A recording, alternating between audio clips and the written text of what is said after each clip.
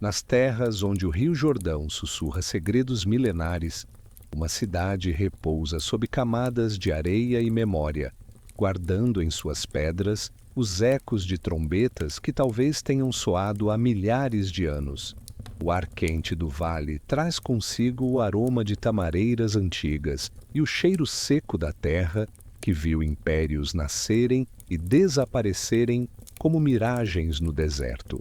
Entre as ruínas que emergem do solo como dedos de gigantes adormecidos, Jericó desperta lentamente de seu sono secular, revelando muros que desafiam tanto a arqueologia quanto a fé.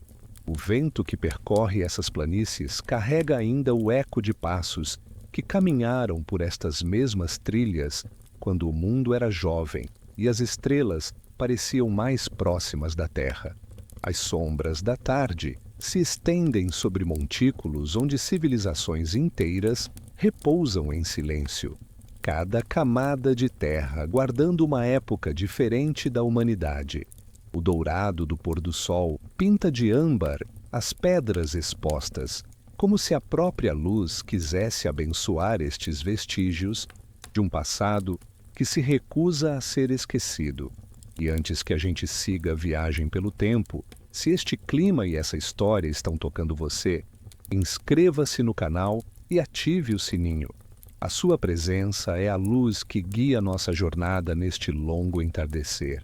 E me conta nos comentários, de qual cidade você está assistindo? E que horas são aí agora? Você sabia que Jericó é considerada uma das cidades mais antigas do mundo, continuamente habitadas, com evidências de ocupação humana que remontam a cerca de 11 mil anos atrás? Imagine, quando nossos antepassados ainda estavam descobrindo a agricultura, aqui já existiam muros e torres de pedra que desafiam nossa compreensão do desenvolvimento humano primitivo. Esta é a história de uma cidade que vive na intersecção entre o que podemos escavar e o que precisamos acreditar, onde cada pedra removida pelos arqueólogos pode confirmar ou questionar narrativas que moldaram civilizações inteiras. Jericó não é apenas um sítio arqueológico, é um enigma, envolvido em camadas de tempo, fé e interpretação humana. Suas ruínas falam múltiplas linguagens, a dos cientistas que medem carbono e estudam cerâmica, e a dos fiéis que veem nas escavações a confirmação de textos sagrados escritos em pergaminhos antigos. Aqui, no Vale do Jordão, onde o calor do dia cede lugar à brisa suave da noite, começamos nossa jornada através dos séculos que separam os primeiros habitantes desta região dos peregrinos modernos que chegam em ônibus com ar-condicionado. Entre esses dois mundos, uma infinidade de gerações deixou suas marcas na terra vermelha e pedregosa que cerca a antiga Jericó. Os primeiros raios do luar já começam a tocar as palmeiras que crescem onde antes se ergueram as muralhas mais famosas da história. E é sob esta luz prateada que vamos caminhar pelas ruas que podem ter ouvido o som de trombetas ou simplesmente o barulho cotidiano de uma cidade que floresceu e declinou várias vezes ao longo dos milênios. As escavações revelaram camadas sobrepostas de civilização, como páginas de um livro escrito e reescrito incontáveis vezes. Cada nível arqueológico conta uma história diferente. Aqui uma cidade cananeia com suas casas de tijolos de barro, ali vestígios de uma ocupação mais primitiva, com ferramentas de pedra lascada, mais abaixo ainda os misteriosos restos de uma torre circular que desafia todas as teorias sobre o desenvolvimento urbano no Neolítico. É fascinante pensar que, enquanto você ouve estas palavras no conforto do seu quarto, talvez na mesma hora em que a lua ilumina sua janela, esta mesma lua tenha testemunhado o primeiro ser humano a empilhar pedras neste local, criando algo maior que uma simples habitação, criando uma ideia, a ideia de permanência em um mundo onde tudo parecia transitório.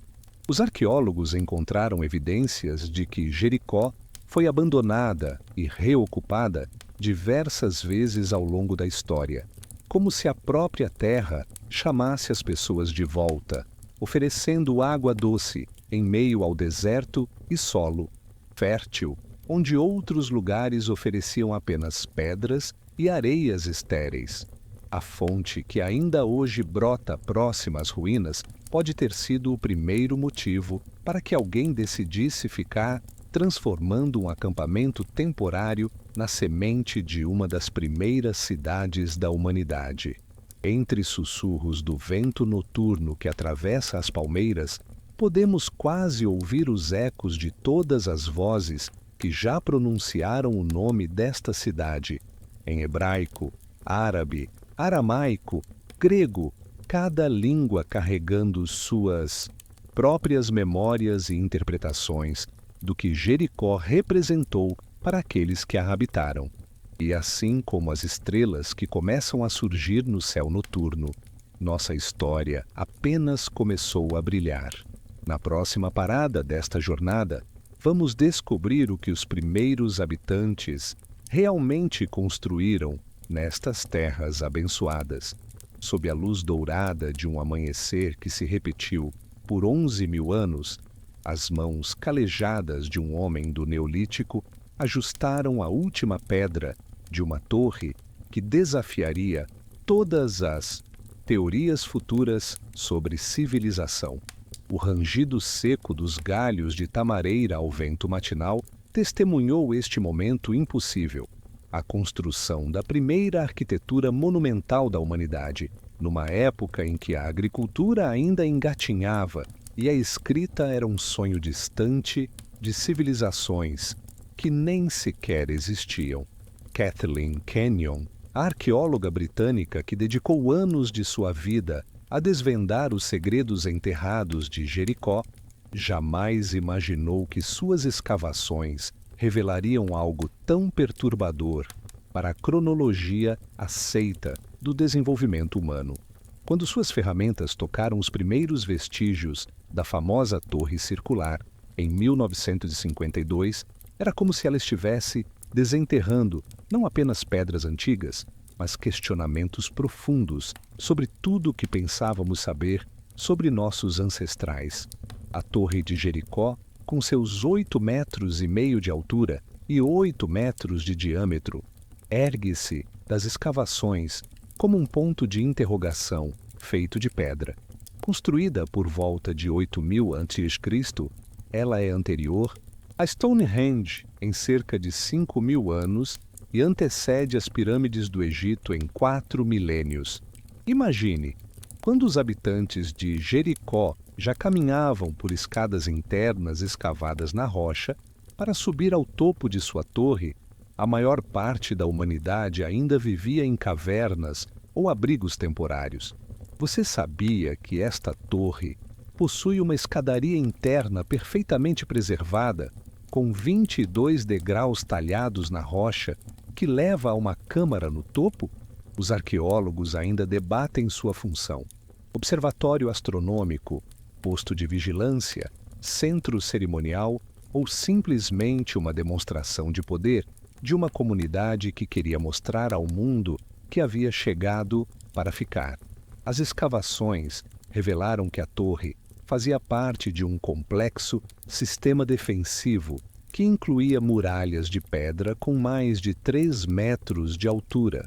Estes muros, construídos com blocos de calcário cuidadosamente encaixados, circundavam uma área de aproximadamente 4 hectares, um espaço considerável para os padrões de uma comunidade neolítica. O trabalho necessário para erguer tais estruturas exigia não apenas conhecimento técnico avançado, mas também uma organização social sofisticada que permitisse coordenar centenas de pessoas em um projeto comum. Entre os achados mais intrigantes estão as casas circulares de tijolos de barro com pisos de gesso polido que brilhavam sob a luz das tochas como espelhos primitivos. Os habitantes decoravam suas residências com pigmentos vermelhos e ocres, criando padrões geométricos que talvez tivessem significados rituais ou simplesmente estéticos. Cada casa continha fornos em forma de ferradura, silos para armazenamento de grãos e, curiosamente, nichos nas paredes onde eram preservados crânios humanos cobertos com argila modelada para recriar feições dos mortos. Estes crânios plastificados representam uma das práticas mais misteriosas da Jericó antiga. Os arqueólogos encontraram dezenas deles, todos cuidadosamente moldados para parecerem rostos vivos, com conchas marinhas colocadas no lugar dos olhos. Alguns pesquisadores acreditam que se tratava de um culto aos ancestrais, onde os mortos continuavam a viver entre os vivos como guardiões espirituais da comunidade. Outros sugerem que poderia ser uma forma primitiva de preservar a memória de líderes ou personalidades importantes. O cotidiano destes primeiros habitantes urbanos girava em torno da fonte de água doce que ainda hoje jorra próxima às ruínas.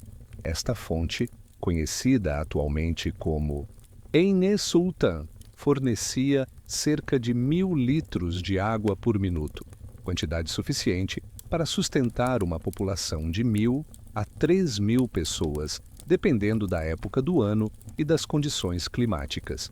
A abundância de água em uma região naturalmente árida transformou Jericó em um oásis que atraía não apenas moradores permanentes, mas também comerciantes e viajantes de terras distantes. As evidências arqueológicas sugerem que os habitantes de Jericó já praticavam uma forma rudimentar de agricultura, cultivando trigo selvagem, cevada e leguminosas em pequenas parcelas irrigadas com água da fonte. Eles também domesticaram cabras e ovelhas, criando um sistema econômico misto que combinava agricultura, pastoreio e provavelmente comércio com outras comunidades do Vale do Jordão. Ferramentas de obsidiana encontradas nas escavações provam que os habitantes mantinham contatos comerciais com regiões distantes, já que o vidro vulcânico mais próximo estava localizado na Anatólia, a centenas de quilômetros de distância.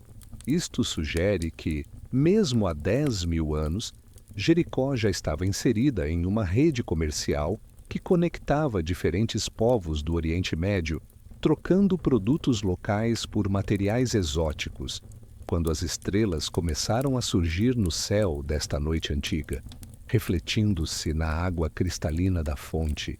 Os construtores da torre talvez tenham olhado para sua obra e sentido algo que seus descendentes chamariam de orgulho.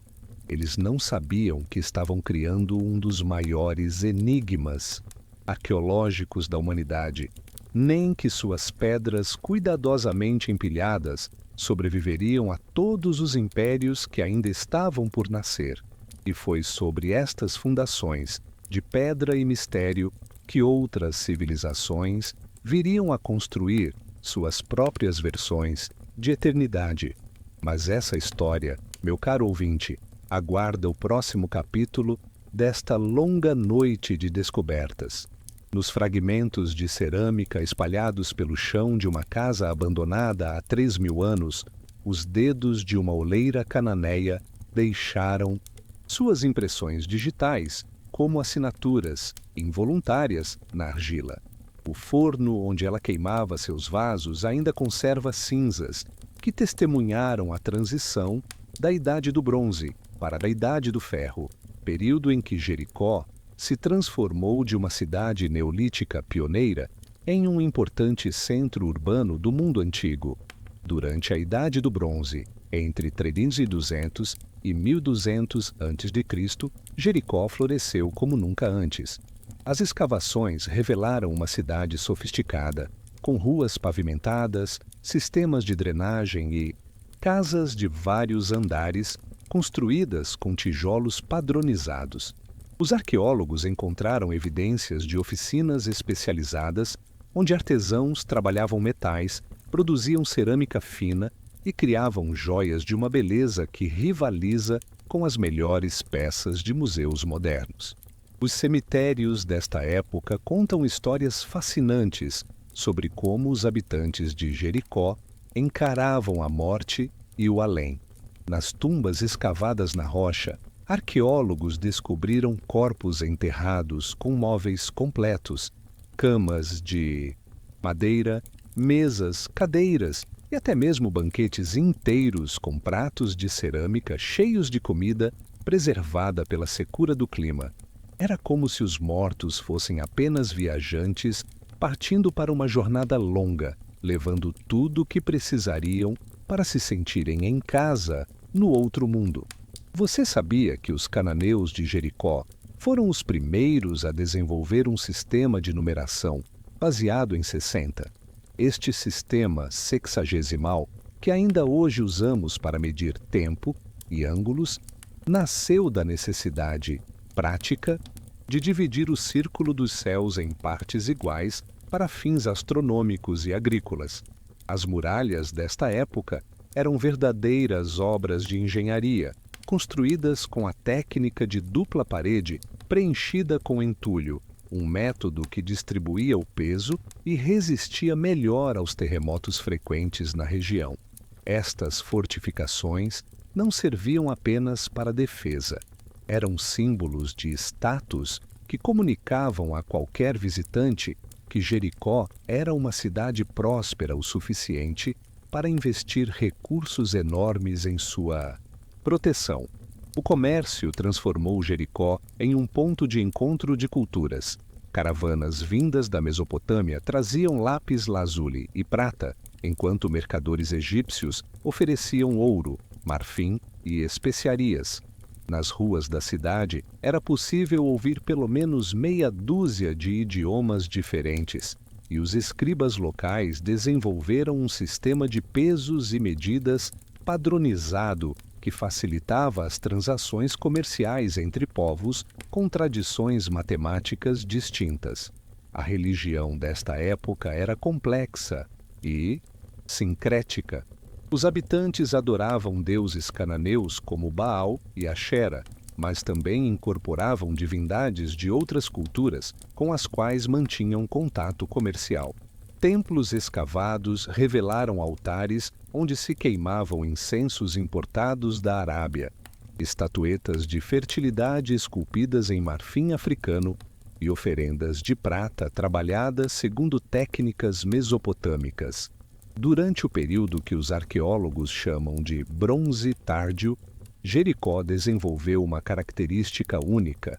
Suas casas possuíam sistemas sofisticados de coleta e armazenamento de água da chuva, cisternas escavadas na rocha calcária, revestidas com reboco impermeável, permitiam que a cidade sobrevivesse a períodos de seca que duravam anos. Algumas dessas cisternas tinham capacidade para armazenar mais de 100.000 litros de água. A transição para a Idade do Ferro trouxe mudanças profundas. Novas técnicas metalúrgicas permitiram a produção de ferramentas e armas mais eficientes, mas também criaram desequilíbrios sociais. Os ferreiros se tornaram uma classe privilegiada, guardando zelosamente os segredos de sua arte e formando guildas que controlavam a produção e distribuição de implementos de ferro. Evidências arqueológicas sugerem que por volta de 1200 a.C., Jericó passou por um período de declínio. Várias teorias tentam explicar este fenômeno.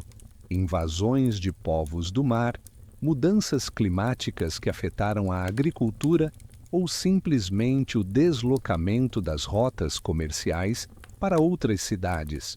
O que sabemos com certeza é que a cidade foi abandonada por períodos significativos. Suas casas se encheram de areia e suas muralhas começaram a desmoronar. Mas Jericó tinha algo que outras cidades perdidas não possuíam. Sua fonte de água doce continuava jorrando. atraindo novos grupos de colonos como um imã. Cada nova ocupação trouxe suas próprias tradições arquitetônicas, religiosas e sociais, criando as camadas sobrepostas que hoje fascinam arqueólogos e confundem historiadores. Os últimos habitantes da Jericó cananeia deixaram uma herança intrigante: tabletes de argila com inscrições em escrita proto-cananeia, um dos primeiros sistemas alfabéticos do mundo.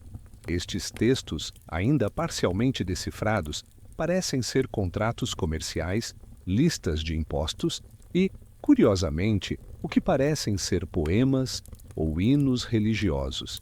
Entre as sombras que se estendem sobre as ruínas, quando o sol se põe atrás das montanhas da Judéia, é possível imaginar os últimos cananeus de Jericó olhando para o horizonte em busca de sinais de novos invasores, sem saber que sua cidade estava prestes a entrar na lenda, transformando-se de um lugar real em um símbolo que ecoaria através dos séculos.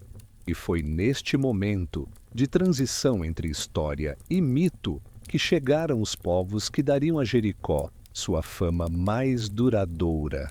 Mas essa é uma história que merece ser contada com a reverência que apenas a noite pode oferecer. No livro de Josué, escrito em pergaminho há mais de 2000 anos, uma linha simples transformou Jericó na cidade mais famosa da arqueologia bíblica, e as muralhas de Jericó caíram.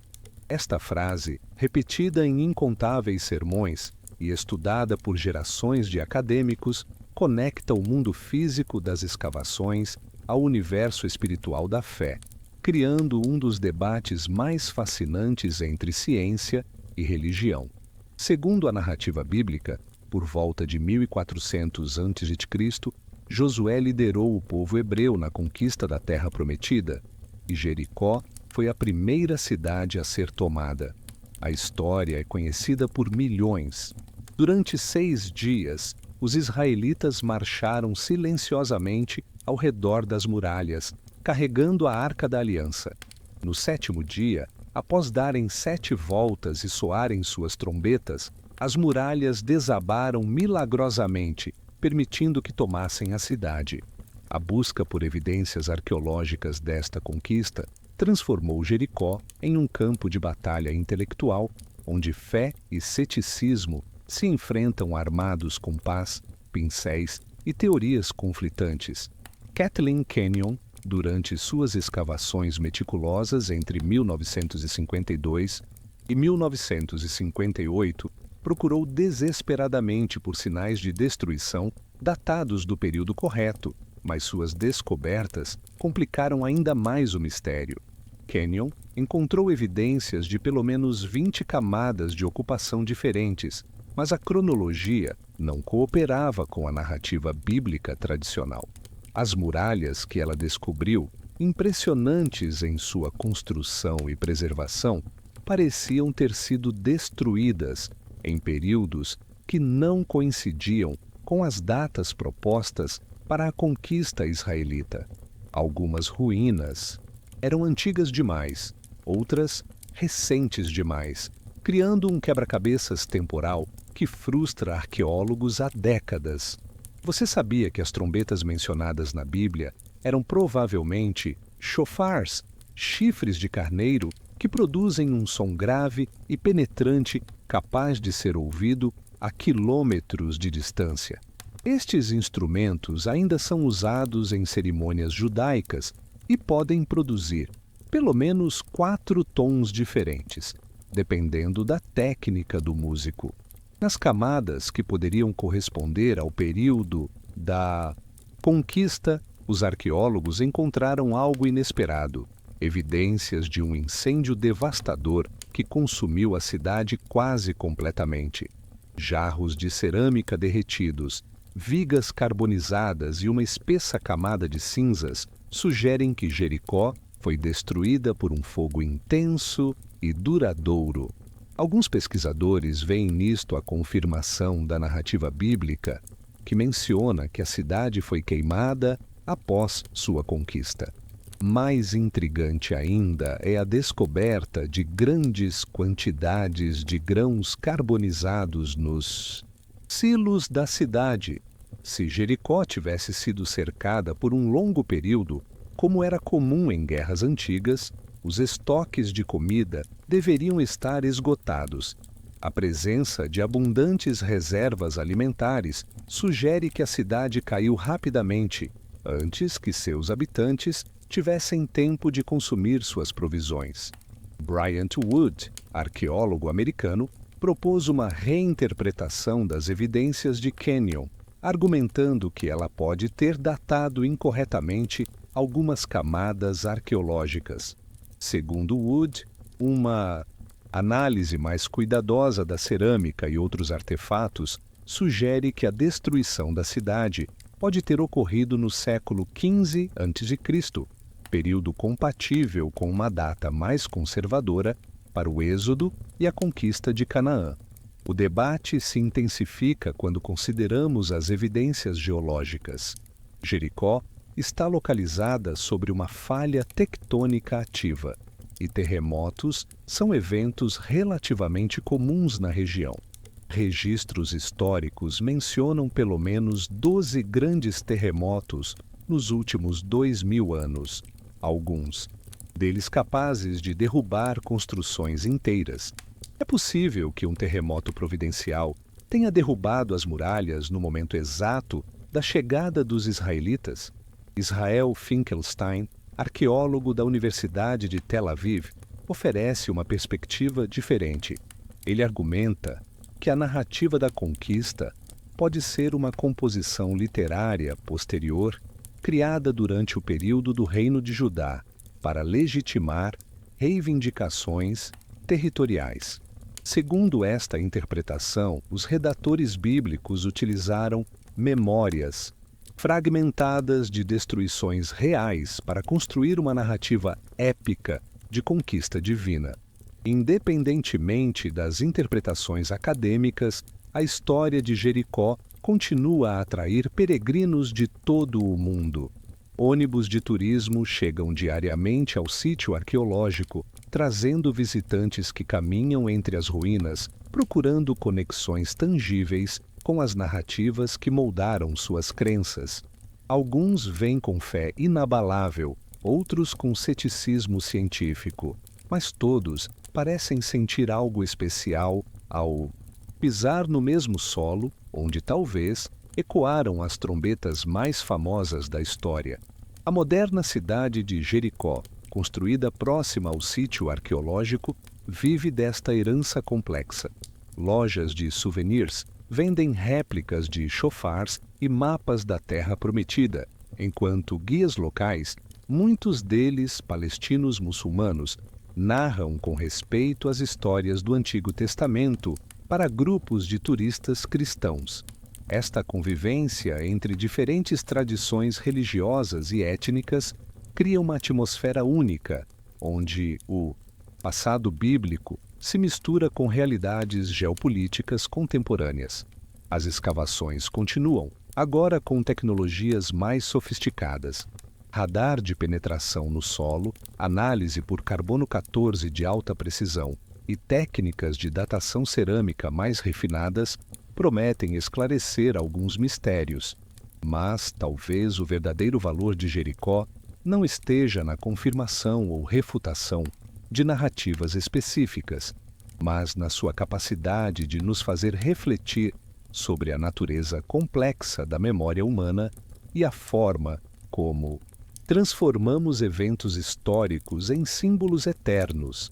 E enquanto a lua nasce sobre as palmeiras que crescem onde um dia se ergueram muralhas lendárias, a cidade continua guardando seus segredos, sussurrando aos ventos noturnos histórias que talvez nunca sejam completamente desvendadas. Entre as colunas quebradas de um palácio que serviu a 3 impérios diferentes, um escriba babilônico terminou de redigir o último censo de Jericó antes da chegada dos persas, sem imaginar que suas tábuas, cuneiformes se tornariam alguns dos documentos mais valiosos para compreender a vida cotidiana na cidade durante o período dos grandes impérios mesopotâmicos.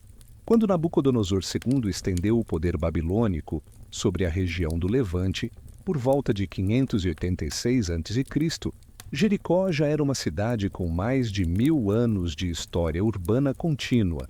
O rei babilônico, famoso por seus jardins suspensos e pela destruição de Jerusalém, viu em Jericó não apenas mais uma conquista, mas um ponto estratégico crucial para controlar as rotas comerciais que ligavam o Egito à Mesopotâmia. Os administradores babilônicos trouxeram consigo um sistema burocrático sofisticado que transformou radicalmente a organização social de Jericó. Estabeleceram um registro detalhado de propriedades, criaram um sistema de impostos baseado na produção agrícola e introduziram o uso generalizado da escrita cuneiforme para documentar transações comerciais. Pela primeira vez na história da cidade, cada família tinha seus bens e obrigações registrados em tábuas de argila, que eram arquivadas em edifícios públicos construídos especificamente para este fim. A influência babilônica é visível na arquitetura do período. As casas passaram a ser construídas seguindo um padrão mesopotâmico, com pátios centrais cercados por cômodos funcionais e sistemas elaborados de drenagem. Os arqueólogos descobriram fornos especializados para a produção de vidro, uma tecnologia que os babilônios dominavam como poucos povos da época. Fragmentos de vidro colorido encontrados nas escavações sugerem que Jericó se tornou um centro regional de produção de objetos de luxo destinados à exportação. Você sabia que os babilônios introduziram em Jericó o uso do calendário lunar com intercalação de meses adicionais para sincronizar com o ano solar? Este sistema, refinado pelos astrônomos de Babilônia, permitia que os agricultores locais planejassem suas colheitas com precisão matemática impressionante para a época. O período persa, iniciado com a conquista de Ciro o Grande em 539 a.C., trouxe uma abordagem administrativa completamente diferente. Os persas, mestres na arte de governar povos diversos, permitiram que Jericó mantivesse muitas de suas tradições locais enquanto a integravam no vasto sistema de satrapias que se estendia da Índia à Grécia. Esta política de tolerância cultural transformou a cidade em um verdadeiro mosaico étnico e religioso. Documentos em aramaico encontrados nas escavações revelam que, durante o período persa, Jericó abrigava comunidades de babilônios, egípcios, fenícios e, naturalmente, hebreus, que retornavam do exílio babilônico. Cada grupo mantinha seus próprios bairros, templos e tradições, mas todos participavam de um sistema econômico unificado, supervisionado por governadores persas, que demonstravam notável habilidade diplomática. A reconstrução do Templo de Jerusalém, autorizada por Ciro e seus sucessores, teve impacto direto em Jericó.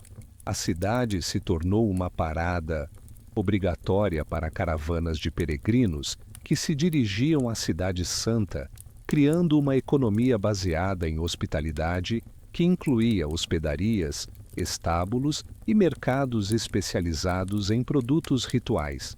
Arqueólogos encontraram evidências de oficinas que produziam objetos cerimoniais judaicos, sugerindo que artesãos locais se especializaram em atender às necessidades religiosas dos viajantes.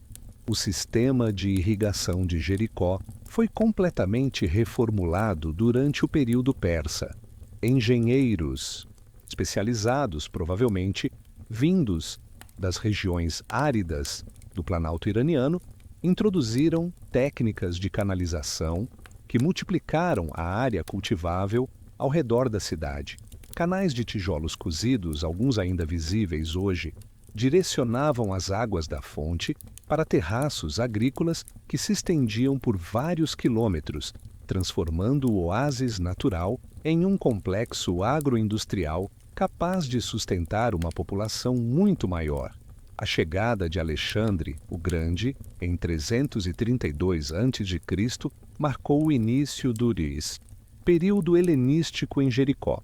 Os macedônios e gregos que se estabeleceram na região trouxeram não apenas novas técnicas arquitetônicas, mas também filosofias, sistemas educacionais e práticas artísticas que se misturaram às tradições locais de forma surpreendente. Escavações revelaram uma academia grega construída próxima ao centro da cidade, onde jovens de famílias abastadas estudavam retórica, matemática e filosofia segundo o modelo ateniense. O ginásio helenístico de Jericó, identificado nas escavações mais recentes, representa um fenômeno fascinante de sincretismo cultural. O edifício combinava elementos arquitetônicos gregos com decorações que incorporavam motivos orientais, criando um estilo único que influenciaria a arte da região por séculos. Inscrições bilíngues em grego e aramaico sugerem que a educação oferecida na academia era acessível tanto aos colonos gregos quanto às elites locais. Durante os conflitos entre os sucessores de Alexandre, Jericó mudou de mãos várias vezes, passando do controle ptolemaico para o Seleucida. Cada mudança de governo trouxe novos grupos de colonos, novas moedas, novos sistemas de medidas, mas também uma notável continuidade na vida cotidiana da cidade. Os habitantes de Jericó desenvolveram uma habilidade quase sobrenatural para se adaptar a novos senhores, mantendo suas identidades culturais básicas intactas. As moedas encontradas nas escavações contam uma história fascinante de integração econômica. Dracmas atenienses circulavam junto com shekels locais e dáricos persas, criando um sistema monetário complexo que exigia dos comerciantes conhecimentos matemáticos sofisticados para calcular taxas de câmbio em tempo real. E assim, enquanto impérios se erguiam e desmoronavam como ondas quebrando na praia da eternidade, Jericó permanecia, adaptando-se, sobrevivendo, acumulando camadas de civilização como sedimentos depositados por um rio que nunca para de correr. Mas no horizonte já se desenhavam as silhuetas de novos conquistadores que trariam consigo o poder de Roma. Nas tavernas onde soldados romanos bebiam vinho de Creta misturado com mel local, conversas em latim vulgar se misturavam aos dialetos aramaicos dos habitantes de Jericó, criando uma Babel linguística que ecoava pelos pátios de mármore construídos segundo o estilo arquitetônico que dominava desde a Britânia até o Egito. O ano era 37 a.C. e Herodes, o Grande, acabara de receber de Roma o título de Rei da Judéia, transformando Jericó em sua capital de inverno e uma das cidades mais luxuosas do Oriente Médio. Herodes viu em Jericó mais que uma cidade antiga. Viu uma oportunidade de criar um símbolo tangível de seu poder e sofisticação cultural. O rei construiu não um, mas 3 palácios sucessivos na região, cada um mais grandioso que o anterior, utilizando arquitetos romanos, artesãos alexandrinos e engenheiros especializados em sistemas hidráulicos que transformaram o oásis em um complexo de jardins que rivalizavam com as mais belas residências imperiais de Roma. O Palácio de Inverno de Herodes, escavado extensivamente nas últimas décadas, revela o impressionante nível de luxo que a engenharia romana podia proporcionar mesmo em regiões distantes da capital do Império. Pisos de mosaicos importados, afrescos pintados por artistas treinados em Pompeia, banhos termais alimentados por sistemas de aquecimento central, e piscinas ornamentais cercadas por jardins botânicos com plantas trazidas de todo o mundo mediterrâneo. Você sabia que Herodes mandou construir em Jericó o primeiro hipódromo da região, onde corridas de bigas eram realizadas segundo as regras oficiais romanas? As escavações revelaram uma pista de 400 metros de comprimento com arquibancadas de pedra capazes de acomodar mais de 10.000 espectadores.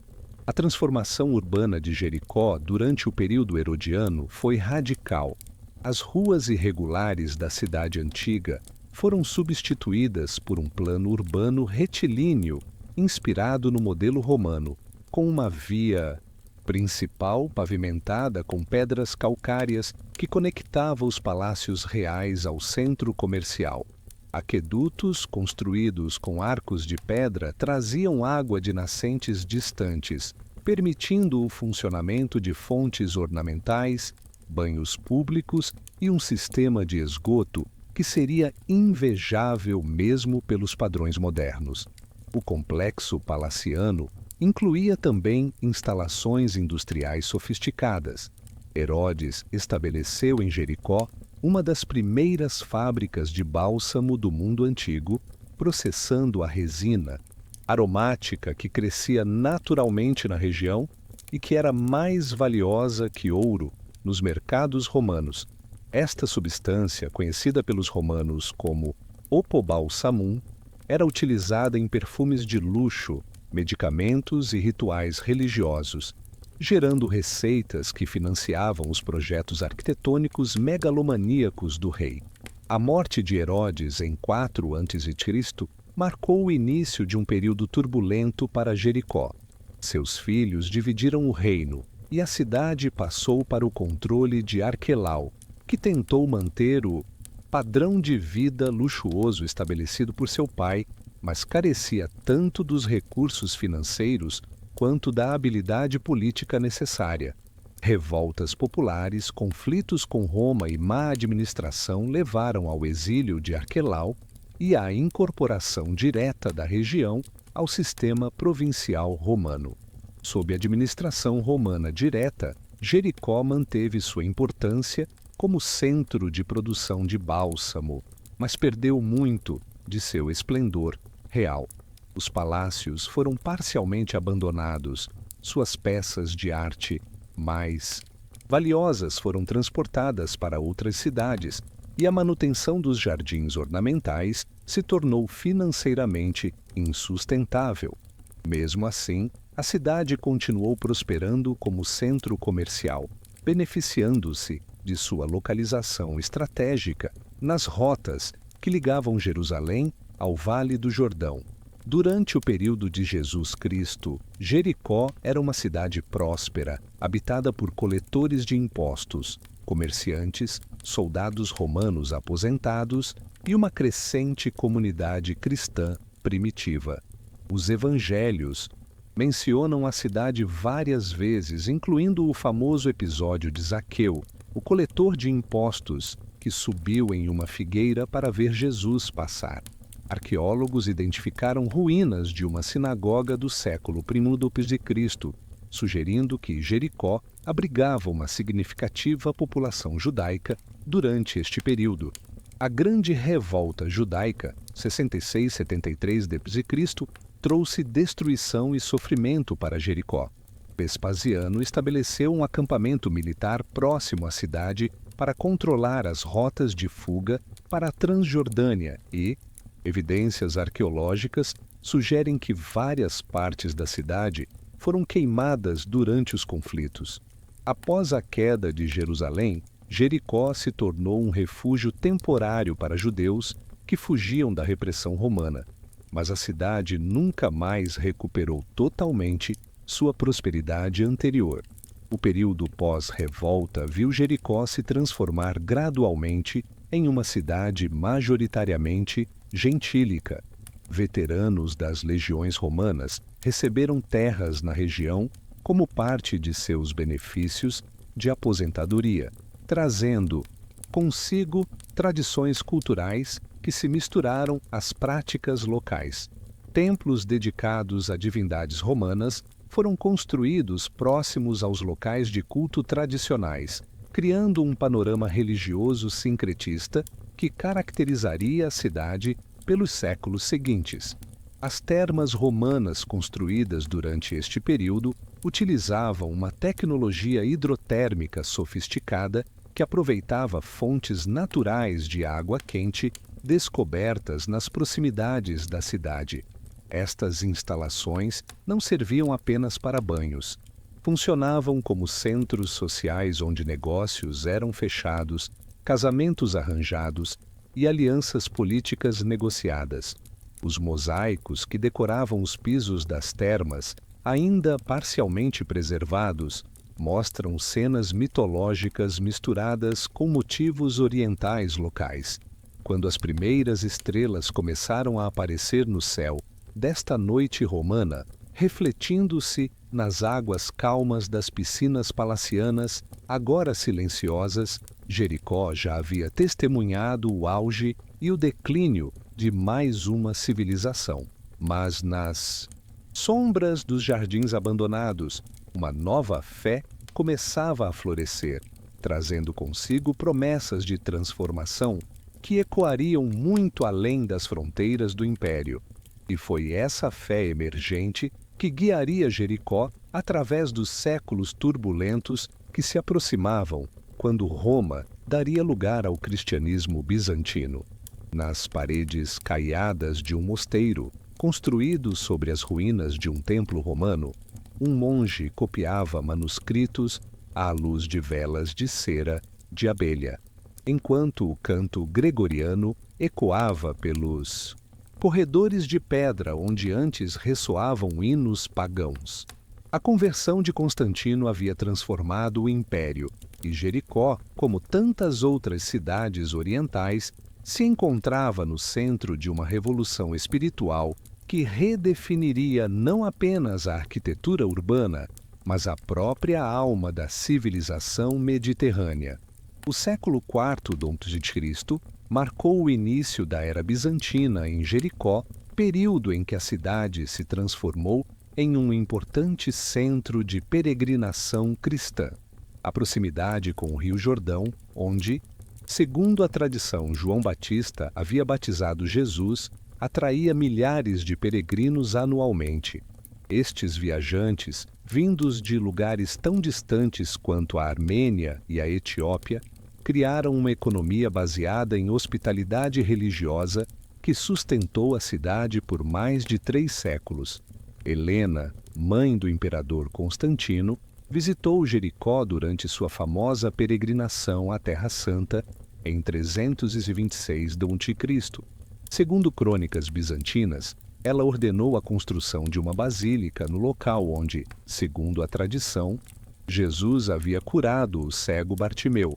Esta igreja, identificada por arqueólogos no século XX, tornou-se o núcleo de um complexo monástico que incluía hospedarias para peregrinos, scriptorium para cópia de manuscritos e oficinas para a produção de objetos religiosos. A arquitetura bizantina de Jericó incorporava elementos distintivos do estilo constantinopolitano adaptados ao clima local. Igrejas com cúpulas construídas segundo técnicas desenvolvidas em Santa Sofia, mas utilizando materiais locais, como o calcário amarelo característico da região. Os mosaicos desta época, descobertos durante escavações recentes, mostram uma fusão fascinante entre iconografia cristã e motivos decorativos orientais, criando um estilo artístico único que influenciaria a arte sacra de todo o Levante. Você sabia que os monges de Jericó desenvolveram uma técnica especial para preservar manuscritos no clima seco da região? Eles utilizavam uma mistura de resinas locais com cera de abelha para criar um verniz protetor que mantinha pergaminhos legíveis por séculos, mesmo expostos às variações extremas de temperatura do deserto. O mosteiro de São Jorge da Cosiba, construído nas proximidades de Jericó durante o século V, tornou-se um dos centros intelectuais mais importantes do cristianismo oriental. Monges vindos de todo o mundo bizantino se estabeleciam ali para estudar teologia, copiar textos clássicos e desenvolver novas técnicas agrícolas adaptadas às condições desérticas. As bibliotecas monásticas de Jericó chegaram a abrigar mais de 5.000 volumes, incluindo obras de Aristóteles, Platão e dos pais da Igreja, em grego, latim, siríaco e árabe. A vida cotidiana na Jericó bizantina girava em torno do calendário litúrgico. As estações do ano eram marcadas por festivais religiosos que atraíam peregrinos e comerciantes, criando períodos de intensa atividade econômica, alternados com meses de relativa tranquilidade monástica. Durante a Semana Santa, a população da cidade podia triplicar, exigindo uma logística complexa para a acomodação e alimentação dos visitantes. A agricultura bizantina em Jericó beneficiou-se de inovações tecnológicas desenvolvidas nos mosteiros. Monges estudiosos introduziram novas variedades de frutas e vegetais trazidas de Constantinopla e Alexandria, criaram sistemas de irrigação que aproveitavam melhor as águas da fonte antiga e desenvolveram técnicas de conservação de alimentos que permitiam estocar provisões para os longos períodos de jejum, prescritos pela Igreja. As tensões religiosas do período também deixaram suas marcas em Jericó. Durante as controvérsias cristológicas dos séculos V e VI, a cidade abrigou tanto defensores quanto opositores das decisões dos concílios ecumênicos. Evidências arqueológicas sugerem que diferentes grupos cristãos construíram igrejas separadas, cada uma refletindo suas interpretações teológicas específicas através de variações na arquitetura e decoração. O comércio durante o período bizantino transformou Jericó em um ponto de encontro entre o mundo mediterrâneo e as rotas caravaneiras que ligavam a Ásia Central ao Oceano Índico. Mercadores cristãos, judeus e, crescentemente, árabes estabeleceram comunidades comerciais que mantinham suas identidades religiosas distintas enquanto participavam de um sistema econômico integrado, supervisionado pelas autoridades imperiais. A chegada dos primeiros exércitos árabes muçulmanos na década de 630 encontrou uma Jericó próspera, mas militarmente indefesa. As crônicas bizantinas descrevem uma cidade que se rendeu sem resistência, mediante garantias de proteção para as comunidades cristãs e judaicas locais. Esta transição relativamente pacífica permitiu que muitas estruturas bizantinas fossem preservadas e reutilizadas pelos novos governantes. O último período bizantino de Jericó foi marcado por uma arquitetura defensiva crescente. Muralhas foram reconstruídas, torres de vigia estabelecidas nas rotas principais e os mosteiros fortificados para resistir às incursões cada vez mais frequentes de tribos árabes.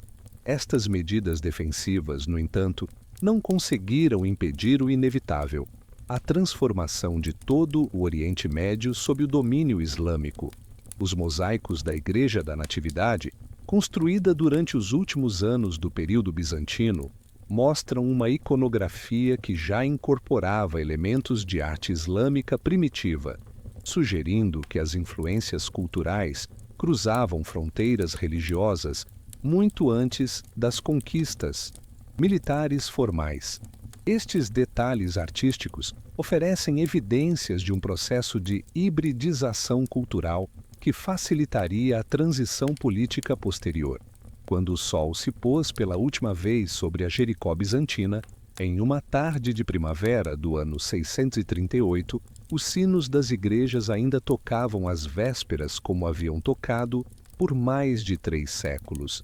Mas no horizonte, as bandeiras verdes do Islã já tremulavam ao vento, anunciando uma nova era que transformaria não apenas Jericó, mas todo o mundo conhecido. E foi sob essa nova lua crescente que a cidade antiga começou mais um capítulo de sua longa jornada através dos séculos. Nas páginas de um Corão iluminado com tintas douradas extraídas de minerais do deserto, um calígrafo árabe terminava de transcrever os versículos que falariam da importância de proteger os povos do livro, enquanto o muezim chamava os fiéis para a oração do Magrib, desde o minarete construído ao lado da antiga basílica cristã. Era o ano 640 d.C. e Jericó experimentava mais uma de suas transformações históricas, desta vez sob o comando dos exércitos do califa Umar ibn al-Khattab.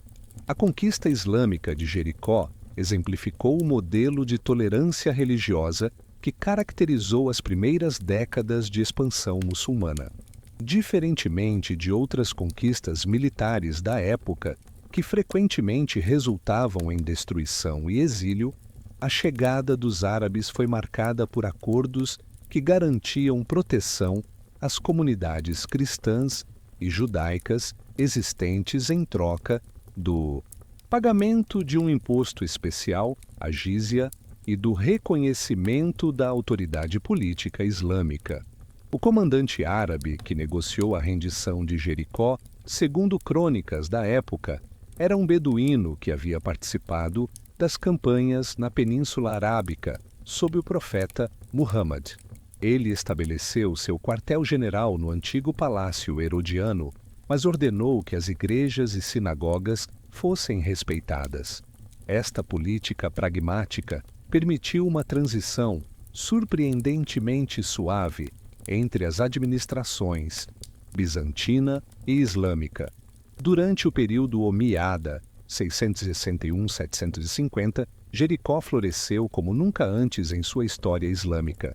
Os califas de Damasco viam na cidade um local ideal para a construção de palácios de inverno, aproveitando tanto o clima ameno quanto a abundância de água doce. O palácio de Hisham ibn Abd al-Malik, construído na primeira metade do século VIII, representou o ápice da arquitetura islâmica primitiva na região. Você sabia que o Palácio Omíada de Jericó foi o primeiro complexo arquitetônico islâmico a incorporar um sistema de ar-condicionado natural? Torres de vento direcionavam as brisas através de câmaras subterrâneas resfriadas por água corrente, mantendo os ambientes internos até 10 graus mais frios que a temperatura externa. O complexo palaciano Omíada incluía uma mesquita com minarete octogonal, banhos termais decorados com mosaicos que mostravam cenas de caça e vida cortesã, jardins ornamentais com chafarizes geométricos e um sistema hidráulico que alimentava fontes distribuídas por todo o complexo. A decoração combinava motivos bizantinos tradicionais com inovações estilísticas árabes, criando uma síntese artística que influenciaria a arquitetura islâmica por séculos. A economia de Jericó, durante o período islâmico primitivo, beneficiou-se enormemente da integração da cidade nas rotas comerciais que conectavam a Espanha muçulmana à Ásia Central. Caravanas carregadas de especiarias, sedas, livros e objetos de arte faziam paradas regulares na cidade, onde encontravam hospedarias especializadas, mercados organizados por corporações de ofício e cambistas que facilitavam transações em múltiplas moedas. As comunidades cristãs de Jericó mantiveram suas tradições religiosas, mas também se adaptaram ao novo ambiente cultural. Muitos cristãos aprenderam árabe e participaram ativamente da administração islâmica, servindo como tradutores, escribas e conselheiros técnicos. Alguns mosteiros se especializaram na cópia de textos clássicos gregos para o árabe, contribuindo para o movimento de tradução que preservaria muito do conhecimento antigo durante a Idade Média Europeia. Durante o período abássida, 750 a 258, o centro de poder islâmico se deslocou de Damasco para Bagdá e Jericó perdeu parte de sua importância política. No entanto, a cidade manteve seu papel como centro religioso, atraindo peregrinos muçulmanos que visitavam locais associados às tradições proféticas. A árvore de Zaqueu, mencionada nos evangelhos cristãos, também se tornou um local de veneração muçulmana, demonstrando a continuidade de tradições religiosas através de diferentes épocas. A arquitetura religiosa islâmica de Jericó desenvolveu características únicas durante este período. A mesquita central, construída sobre as fundações da antiga Basílica Bizantina, incorporava elementos decorativos que refletiam as tradições artísticas locais. Caligrafias árabes se entrelaçavam com motivos geométricos inspirados nos mosaicos bizantinos, criando um estilo híbrido que seria copiado em outras cidades da região. O sistema educacional islâmico transformou Jericó em um centro de aprendizado que atraía estudantes de todo o mundo muçulmano. Madrasas especializadas ofereciam cursos de jurisprudência islâmica, matemática, astronomia e medicina. A biblioteca da Madrasa al-Jericóquia chegou a abrigar mais de 8.000 volumes, incluindo traduções árabes de obras gregas, textos originais árabes e manuscritos persas sobre filosofia e ciências naturais. Durante as Cruzadas, 1095-1291, Jericó se encontrou novamente no centro de conflitos militares entre o Oriente e o Ocidente. A cidade mudou de mãos várias vezes, sendo controlada alternadamente por cruzados francos e por forças muçulmanas sob liderança de figuras como Saladino. Cada mudança de controle trouxe destruições parciais, mas também intercâmbios culturais que enriqueceram o patrimônio artístico e intelectual da cidade. As crônicas das Cruzadas mencionam Jericó como uma cidade próspera, mesmo durante os períodos de guerra. Comerciantes genoveses e venezianos estabeleceram feitorias que negociavam com mercadores muçulmanos, criando redes comerciais que transcendiam divisões religiosas. Estes contatos comerciais facilitaram a transmissão de conhecimentos técnicos, incluindo técnicas de construção, métodos agrícolas e práticas médicas. A reconquista definitiva de Jericó pelas forças muçulmanas, sob o comando dos mamelucos em 1187, marcou o início de um período de renovação urbana. Novos bairros foram construídos para acomodar refugiados de outras cidades tomadas pelos cruzados, madrasas foram expandidas e o sistema de irrigação foi modernizado utilizando técnicas hidráulicas aprendidas durante o contato com engenheiros europeus. A arte mameluca em Jericó refletiu a influência de estilos artísticos diversos. Mesquitas construídas durante este período incorporavam elementos arquitetônicos francos, decorações inspiradas na arte fatímida do Egito e técnicas de construção bizantinas. Esta síntese cultural criou monumentos únicos que demonstravam a capacidade da civilização islâmica de absorver e reinterpretar influências externas. Quando as últimas caravanas cruzadas desapareceram no horizonte ocidental, deixando atrás de si apenas poeira dourada suspendida no ar do entardecer, Jericó se preparava para enfrentar novos desafios. No horizonte oriental, já se desenhavam as silhuetas dos exércitos otomanos, trazendo consigo promessas de uma nova ordem imperial que governaria a região pelos próximos 5 séculos. E foi sob as estrelas desta noite medieval que a cidade antiga se preparou para mais uma transformação em sua longa jornada através do tempo. Nos registros de impostos, escritos em turco otomano com tinta preparada a partir de fuligem e goma arábica, um funcionário imperial, anotava meticulosamente a produção anual de tâmaras de Jericó, sem saber que seus arquivos se tornariam fontes preciosas para historiadores que, séculos depois, tentariam compreender como uma pequena cidade do deserto se integrou ao maior império muçulmano da história moderna. A conquista otomana de Jericó, em 1516, ocorreu sem resistência significativa, como parte da campanha mais ampla que trouxe toda a região do Levante sob controle de Constantinopla. O sultão Selim I, conhecido como o Severo, estava mais interessado em controlar as rotas de peregrinação para Meca do que em transformar radicalmente a administração local.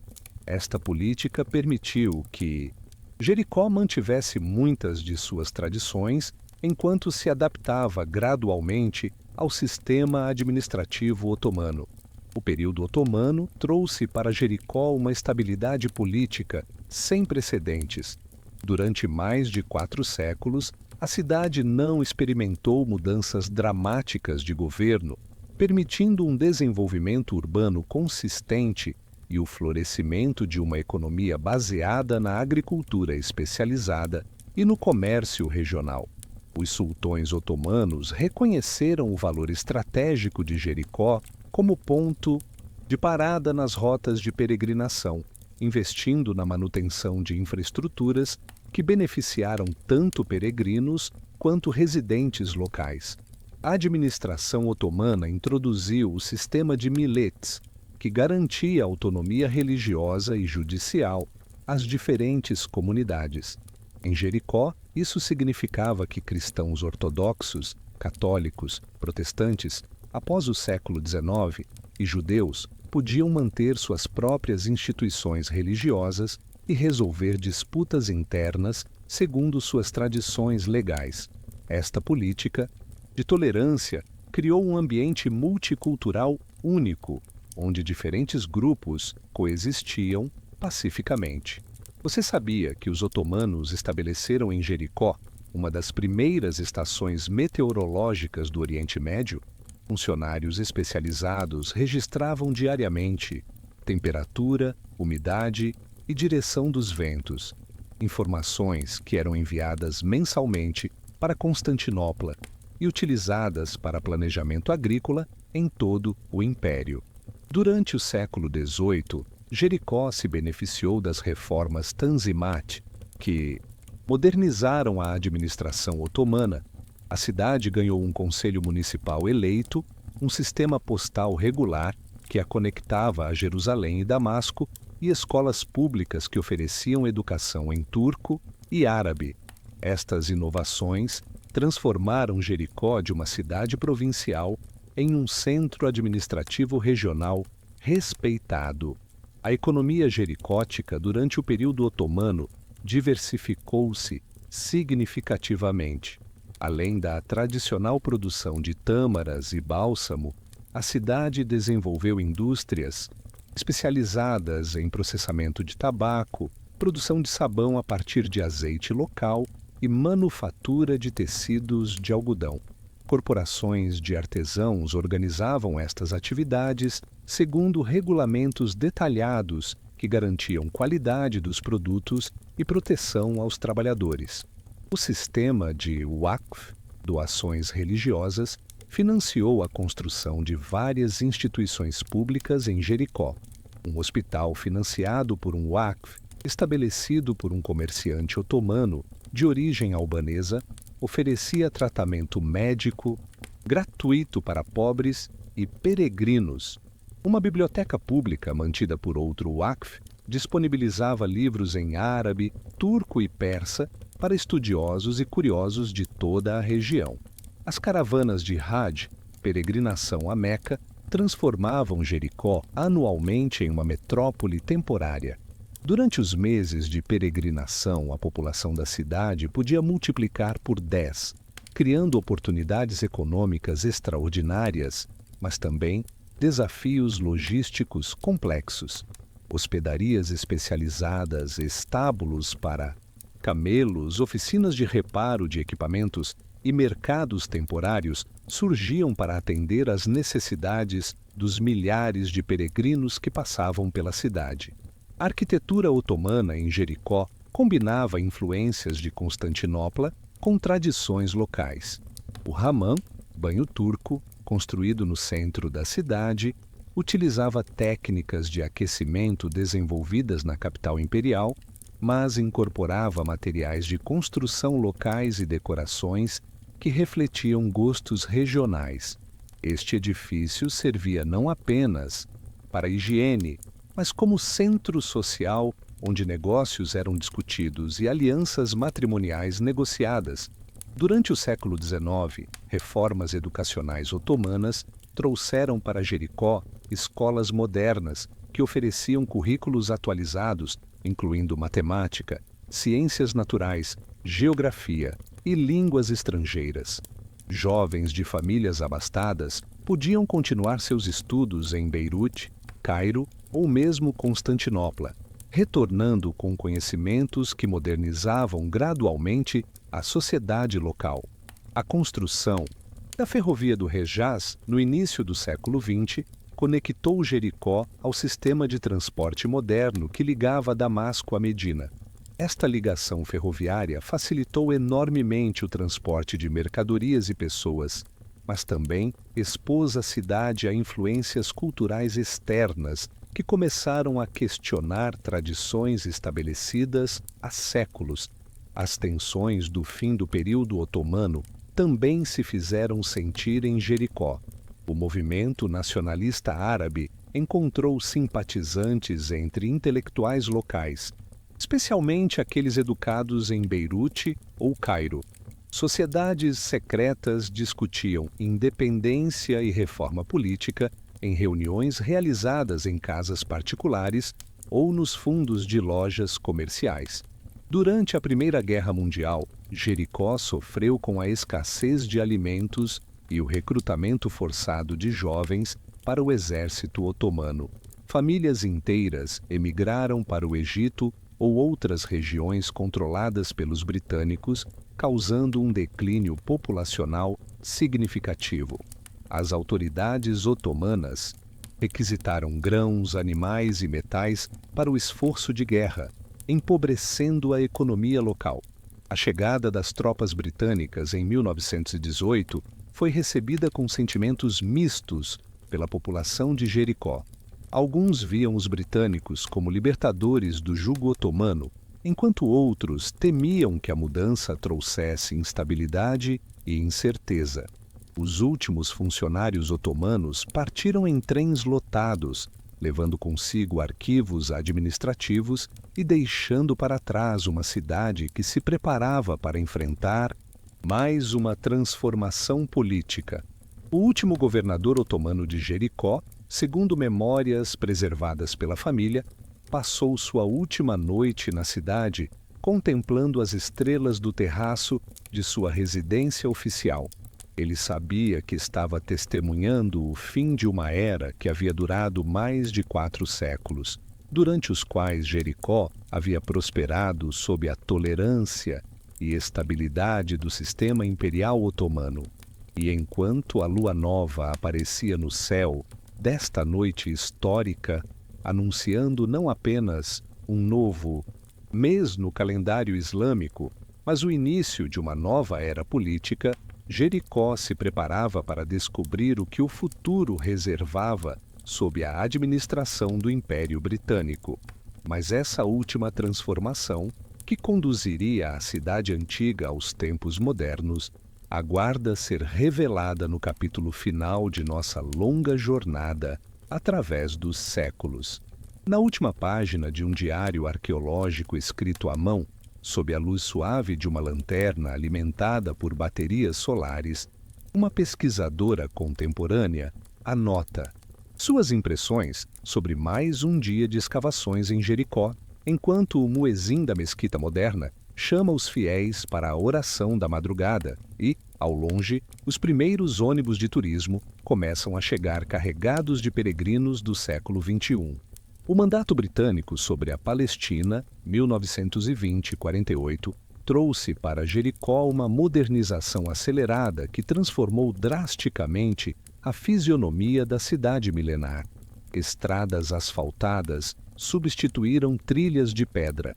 Eletricidade iluminou ruas onde, durante milênios, apenas tochas e lanternas a óleo haviam brilhado, e sistemas de telefonia conectaram a antiga cidade-oásis ao mundo globalizado que surgia após a Primeira Guerra Mundial.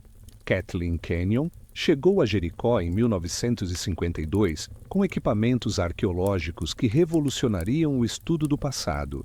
Sistemas de datação por carbono 14, técnicas estratigráficas refinadas e métodos de escavação que permitiam preservar contextos arqueológicos com precisão científica.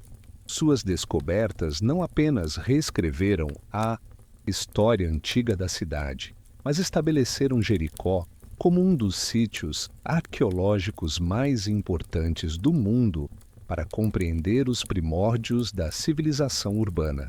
Se você acordou agora, me conte o que estava sonhando.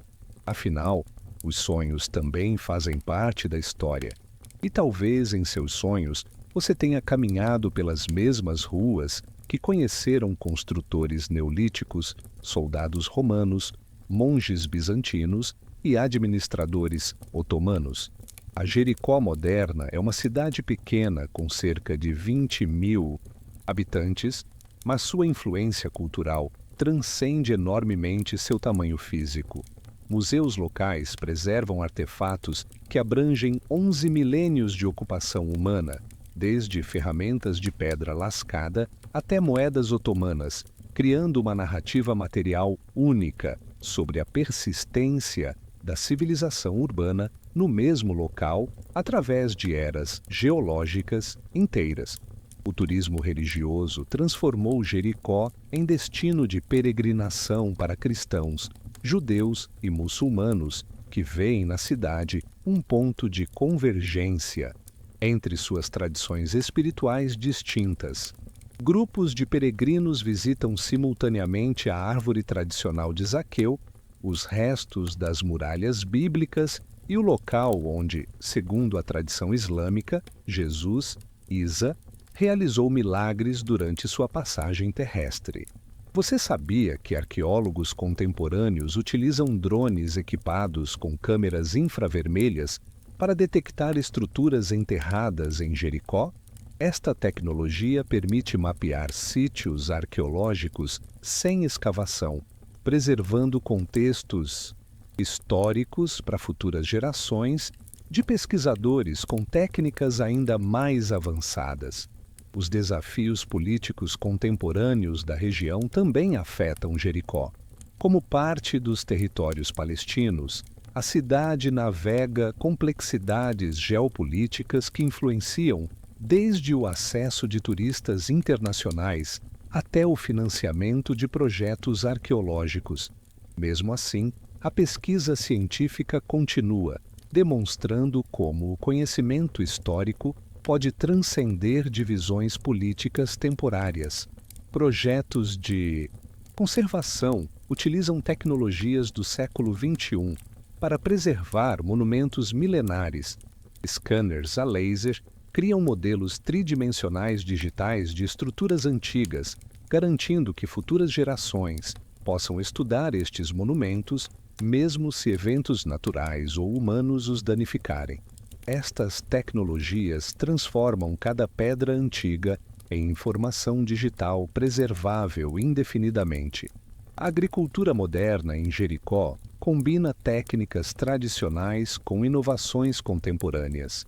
Sistemas de irrigação por gotejamento maximizam o uso da água escassa, enquanto variedades geneticamente selecionadas de tâmaras produzem frutos de qualidade superior aos cultivados durante milênios pelos métodos tradicionais.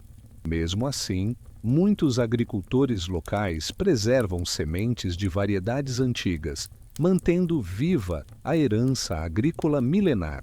Escolas modernas de Jericó ensinam história local às crianças usando réplicas de artefatos arqueológicos, permitindo que jovens palestinos toquem objetos similares aos que seus ancestrais utilizaram milhares de anos atrás. Esta conexão tangível com o passado cria identidades culturais que transcendem nacionalidades e religiões contemporâneas. Projetos de colaboração internacional envolvem arqueólogos palestinos, israelenses, jordanianos e europeus trabalhando juntos nas escavações de Jericó. Esta cooperação científica demonstra como o patrimônio histórico compartilhado pode criar pontes de entendimento entre comunidades divididas por conflitos políticos contemporâneos. A fonte antiga que atraiu os primeiros habitantes continua jorrando, fornecendo água doce como há 11.000 anos. Análises químicas modernas confirmaram que sua composição mineral permanece praticamente inalterada, conectando fisicamente os habitantes contemporâneos de Jericó aos construtores da primeira torre urbana da humanidade. Centros de pesquisa estabelecidos próximos ao sítio arqueológico utilizam inteligência artificial para analisar padrões em enormes bancos de dados arqueológicos, buscando conexões históricas que cérebros humanos individuais não conseguiriam detectar. Estes algoritmos já identificaram correlações entre mudanças climáticas antigas e padrões de ocupação urbana que esclarecem como civilizações passadas se adaptaram a desafios ambientais. Documentários filmados em Jericó são transmitidos via streaming para audiências globais, democratizando o acesso a conhecimentos arqueológicos que antes eram privilégio de especialistas acadêmicos. Realidade virtual permite que pessoas em qualquer parte do mundo caminhem pelas ruas da Jericó antiga sem sair de suas casas. A noite cai sobre as ruínas onde tantas civilizações deixaram suas marcas e as estrelas que iluminam Jericó hoje são as mesmas que guiaram caravanas através dos séculos. Entre as palmeiras que sussurram segredos antigos ao vento noturno, a cidade continua sua jornada através do tempo, carregando em suas pedras a memória coletiva da humanidade. Laboratórios modernos analisam DNA, extraído de ossos antigos encontrados nas escavações, revelando migrações populacionais e conexões genéticas que ligam habitantes contemporâneos aos construtores da Torre Neolítica. Estas descobertas científicas criam narrativas de continuidade humana que transcendem divisões culturais artificiais. Assim fechamos mais uma página do Livro do Tempo, deixando você no aconchego da noite. Quem sabe, no silêncio dos sonhos, uma civilização perdida não venha lhe contar um segredo. Boa noite, guardião da memória.